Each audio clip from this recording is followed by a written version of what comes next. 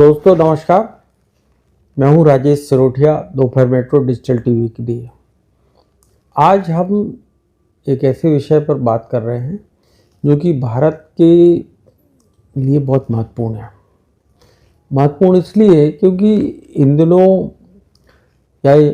इस महीने की 4 सितंबर से एक नया शब्द ट्रेंड कर रहा है। अचानक कुछ एक वर्ग विशेष के, अल्पसंख्यक के वर्ग विशेष के कुछ खुरापाती लोग जुलूस जलसे के दौरान आई लव मोहम्मद जैसे नारों के साथ में जो है उन्मादी तरीके से चीज़ों को सामने ला रहे हैं। उसके पोस्टर्स कहीं कहीं लग रहे हैं, कहीं उसके जो है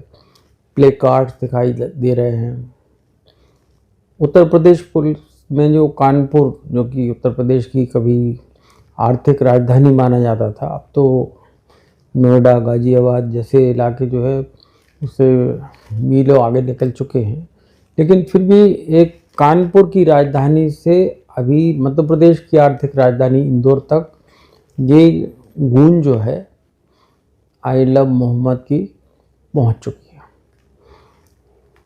कानपुर में बराबरफात के जुलूस के दौरान जो है आई लव मोहम्मद के बात हुई। आपके उसके बाद में उन्नाव, उत्तर प्रदेश का ही जो एक ज़िला है, फिर भदोही, फिर शाहजहांपुर, उसके बाद में उत्तराखंड के ऊधम सिंह नगर, फिर महाराष्ट्र के ठाणे और फिर महाराष्ट्र के मराठवाड़ा क्षेत्र के सबसे प्रमुख नगरी कही जाने वाली खेती के हिसाब से लातूर में ये नारे गूंजे। और आखिर में भी नवरात्रि के दौरान चंदन नगर में इलाका जो है वहाँ पर पोस्टर्स लगे देखिए आई लव मोहम्मद के। इससे हिंदू समाज में क्या प्रतिक्रिया हुई तो अलग है, लेकिन विश्व हिंदू परिषद ने इस पर कड़ी प्रतिक्रिया जताई। उत्तर प्रदेश में भी योगी सरकार ने इस तरह के नारेबाजी करने वाले लोगों के खिलाफ कार्रवाई भी की।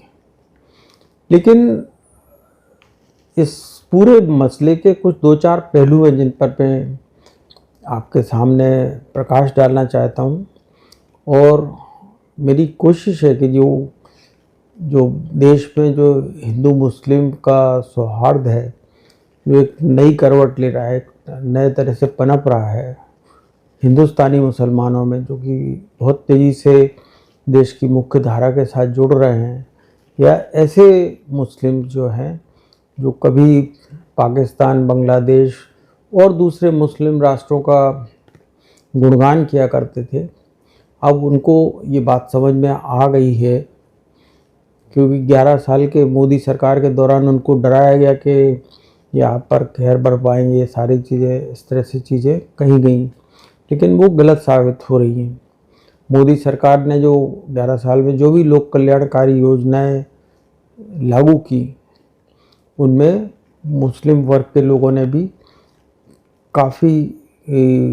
शिद्दत से इसमें हिस्सेदारी की, उन योजनाओं का लाभ उठाए, चाहे प्रधानमंत्री आवास से लेकर उज्ज्वला योजना और बहुत सारी जो लोक कल्याणकारी योजनाएं हैं उनका फ़ायदा उन्होंने भी उठाया है।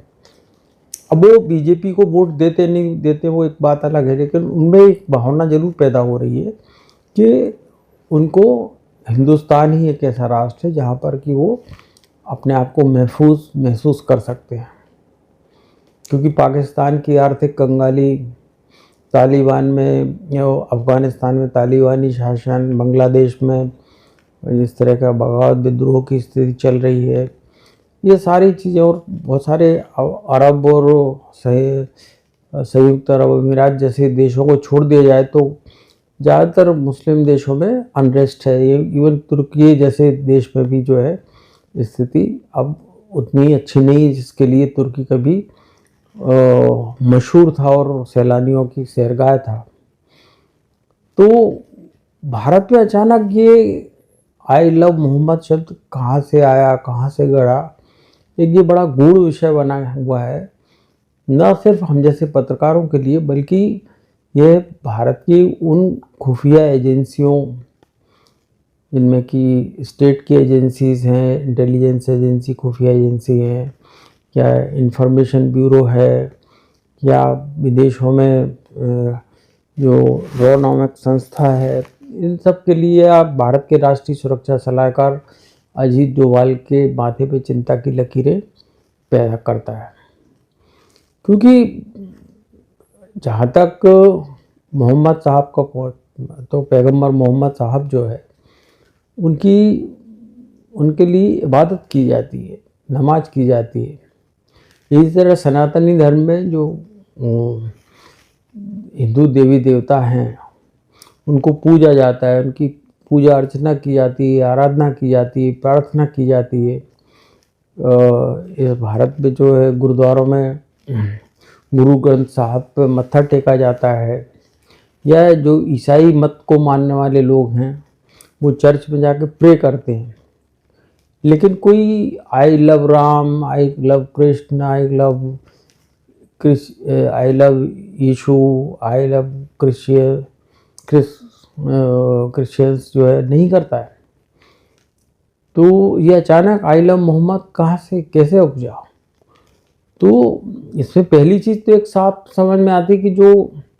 खुराफाती तत्व हैं, इसमें कोई जो कुरान को पढ़ने समझने वाले मुल्ला मौलवी हैं वो तो इसके पीछे नहीं हो सकते, क्योंकि वो जो है वो पैगंबर साहब को इबादत का ही चीज़ मांगते हैं। वो भारत जैसे देश में, जिसको कि भले ही सेकुलर यानी धर्मनिरपेक्ष देश मान लिया गया हो, संविधान में जोड़ दिया गया हो, लेकिन ये धर्मनिरपेक्ष का अर्थ होता है किसी भी धर्म के प्रति कोई आस्था नहीं, माने नास्तिकता। जबकि भारत सापेक्ष, धर्म सापेक्ष देश है। यहाँ सर्वधर्म समभाव की भावना के साथ में सब धर्मों को बराबरी का सम्मान का दर्जा मिलता आया है। कुछ कट्टरपंथियों के बातों को अलग छोड़ दिया जाए, लेकिन ये आई लव मोहम्मद जैसा शब्द जो कि एक विदेश से आयातित शब्द लगता है, ये चिंता पैदा करने वाला है। क्योंकि इसके लिए जब ये चूँकि एक जगह होता तो मान लिया जाता कि कोई एक जगह विशेष के कुछ खुरापाती लोगों ने इसको, उनके दिमाग में ये बात आई हो। लेकिन नेपाल, बांग्लादेश में जिस तरह से जेएनजी जो युवाओं छात्राओं के आंदोलन में तख्ता पलट हुए, वो उस तरह की पीढ़ी के लोग जो है, या उनमें कुछ पढ़े लिखे भी हो सकते हैं, कुछ कम पढ़े लिखे भी हो सकते हैं, लेकिन जो अपने धर्म की आत्मा को अच्छे से नहीं पहचानते, वो लोग ज़्यादा हैं जो इस तरह की बातों को फैला रहे हैं, बढ़ा रहे हैं। ये भारत के लिए चिंता की बात है और भारतीय खुफिया एजेंसियों के लिए पड़ताल का विषय है। क्या कर खोया जाए कि ये आई लव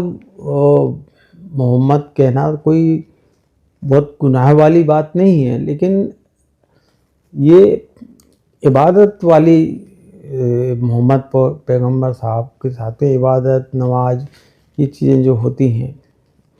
उनको लव जैसे शब्द से जोड़ना किस तरह से चीज़ें कोई अलग तरह की साजिश का इशारा करती हैं। ख़ासतौर से भारत में जो मुसलमान जिस तेज़ी से, हिंदुस्तानी मुसलमान जिनकी मैं बात कर रहा हूँ, वो बहुत तेज़ी से देश की मुख्य धारा के साथ में जुड़ रहे हैं। मैं दलगत बात नहीं कर रहा हूँ कि वो किस पार्टी के वो वोट देते हैं, किसको नहीं देते हैं। इस राजनीतिक मामले में बहस में नहीं पड़ना चाहता, लेकिन इनके पीछे ऐसी साजिशें ज़रूर हैं जो कि भारत में जो हिंदू मुस्लिम के बीच में जो एक कम्युनल हार्मनी या इसको कहने सांप्रदायिक सौहार्द का जो वातावरण बन रहा है, हिंदुस्तानी मुसलमानों के भारत की मुख्य धारा में बहुत तेज़ी से आने का, उन लोगों का भी जो कि अपने आप को कुछ अलग मानते थे, वो भी अब इस चीज़ को मानने लगे कि हिंदुस्तानी उनके लिए यहीं वो जिए हैं, यहीं वो मरेंगे, यही उनकी जन्मभूमि, यही उनकी कर्मभूमि है और यही जो है, यहीं पर उन्हें जो है दफन होना है। तो ये बात जो है निश्चित रूप से इस बात पर गौर होना चाहिए कि इस चीज़ के लिए फंडिंग कौन कर रहा है, क्योंकि इसके पहले जो वोट चोर गद्दी छोड़ जैसे जो टूल किट है जिनका राजनीतिक इस्तेमाल भी भारत में तक होने लगा है बांग्लादेश नेपाल के बाद, तो ये आई लव मोहम्मद शब्द का प्रयोजन क्या है, इसके पीछे छुपी साजिश क्या है, क्या वो सौहार्द को बिगाड़ना चाहती हैं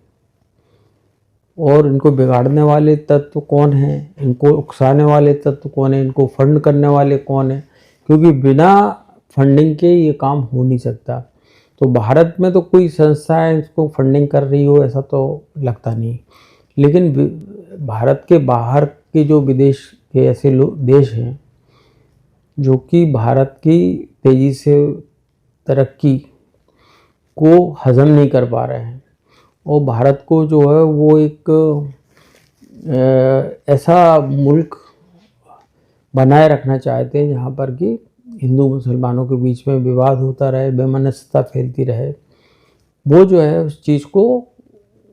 फिर से उस प्रोसेस जो एक अच्छी दिशा में चल रही है उसको रिवर्स करना चाहते हैं।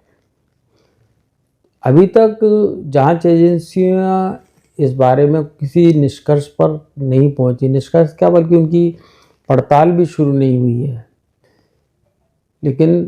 पड़ताल जो है उसके लिए बहुत सारी चीज़ों पर गौर करना पड़ेगा। आर्टिफिशियल इंटेलिजेंस के ज़माने में जो टूल किट के ज़रिए जो चीज़ें फैलाई जाती हैं वो बहुत आम हो चुकी हैं, वो उसके लिए कोई ऐसा नहीं कि कोई आर्टिफिशियल इंटेलिजेंस का विशेषज्ञ छात्र जो है वही इस चीज़ को करे, कोई कंप्यूटर साइंस में पढ़ा हुआ बी किया हुआ छात्र या कोई बीटेक किया हुआ छात्र या कोई बीएससी किया हुआ छात्र या फिर कोई जो कंप्यूटर एप्लीकेशन में बीसीए एमसीए या डिप्लोमा भी किए हुए, वो भी एक साधारण सी समझ करने वाला व्यक्ति भी इन चीज़ों को कर सकता है, लेकिन उनको करवा कौन रहा है ये जानना बहुत आवश्यक है। और भारत में इसका फैलाव पसराव और ज़्यादा हो और फिर चीज़ें बिगड़ें उसके पहले हमारे जांच एजेंसियों को सतर्क होने की मांग कर रही है ये बात जो है, और ऐसे लोगों की पहचान भी करना ज़रूरी हो गया है जो कि इन विदेशी ताकतों का विदेशी फंडों का मोहरा बन रही है और उनके विदेशी फंड मिल रहे फंड के जरिए इस तरह के उन्माद को भड़काने की कोशिश हो रही है। क्योंकि जब बर्फात का जो जुलूस कानपुर में निकला था उस वक्त कोई भारत में जो सनातनी परंपरा के अनुरूप कोई अनुष्ठान नहीं चल रहा था, लेकिन इंदौर में जो घटना हुई वो नवरात्र के दौरान हुई, जबकि हिंदुओं की आस्था और शक्ति के प्रतीक देवी के जो नवरात्र के पर्व चल रहे हैं उस समय ये हो तो विश्व हिंदू परिषद जैसे लोगों का इस पर प्रतिक्रिया देना या उग्र होना थोड़ा सा लाजमी लगता है। हालांकि कई मुस्लिम स्कॉलर्स इस चीज़ को बहुत गंभीरता से नहीं ले रहे हैं, लेकिन ये गंभीरता से लेने का विषय है क्योंकि मोहम्मद पैगंबर साहब सबके लिए माने आस्था का विषय है, वो किसी के लिए वो बेमनस्सता का कारण नहीं बन सकते हैं। तो ऐसी चीज़ें अगर हो रही हैं तो इन पर समाज के हर समाज के हिंदू, चाहे वो सनातनी समाज के हिंदू समाज के लोग हों या मुस्लिम समाज के जो समझदार और पढ़े लिखे लोग हैं या जो मौलवी लोग हैं, उनको भी चाहिए कि वो ऐसे जो गलत राह में पकड़ रहे या गलत दिशा में भटक रहे युवाओं को, युवा शक्ति को संभालें, सहेजें। तो ये दोनों तरफ एक सरकार की जिम्मेदारी साजिश का पता लगाने की, फंड के स्रोत का पता लगाने की है, तो दूसरी तरफ समाज के हर जिम्मेदार नागरिक को इस बात की भी चिंता करना चाहिए कि इस तरह के जो भाव न फैलें और हिंदुस्तान जिस तरह से तरक्की की राह पर चल रहा है उसको उस पर आगे बढ़ता रहे। और राजनीतिक रोटियां सेकने का काम तो पक्ष विपक्ष सभी करते आते हैं और वो करते रहेंगे, लेकिन इस सब के बीच में जो राष्ट्र के प्रति कुछ भाव रखते हैं उनको इस मामले में सजगता और सतर्कता बरतने की भी आवश्यकता है। मित्रों, इस अंक में सिर्फ इतना ही, क्योंकि अब भारतीय खुफिया एजेंसियां इस चीज़ में सक्रिय हो गई कि आखिर कौन ऐसी ताकतें हैं जो इनको फंडिंग कर रहा है, जो इनको इस तरह से चीज़ों को भड़का रहा है। क्योंकि लव जो शब्द है वो जो है धार्मिक आस्था के प्रदर्शन का विषय नहीं हो सकता, वो श्रद्धा का विषय है, वो इबादत का विषय है, वो प्रार्थना का विषय है। ये लव शब्द जैसे शब्द जो है ये विदेश और पश्चिमी सभ्यता से जुड़े हुए शब्द जो हैं, जिनसे कि इस्लाम भी अपने नाइत्तेफाकी रखता है, वो भी इसको मंजूर नहीं करेंगे। तो इसी उम्मीद के साथ में फिर अगले अंक में किसी और मुद्दे पर बात होगी, या इस मामले में जो आगे तहकीकात में जो तथ्य सामने आएंगे वो हम आपको अपने चैनल, अपने अखबार दोपहर मेट्रो के जरिए लोगों को एक सामाजिक सरोकारों के तहत सजग बनाए रखने के लिए और उनको देश के साथ चलने के लिए अपने सरोकार निभाती रहेगी। बस इसी उम्मीद के साथ में अगले अंक के लिए करिए इंतज़ार और जल्दी मिलेंगे फिर किसी मुद्दे के साथ। तब तक के लिए नमस्कार।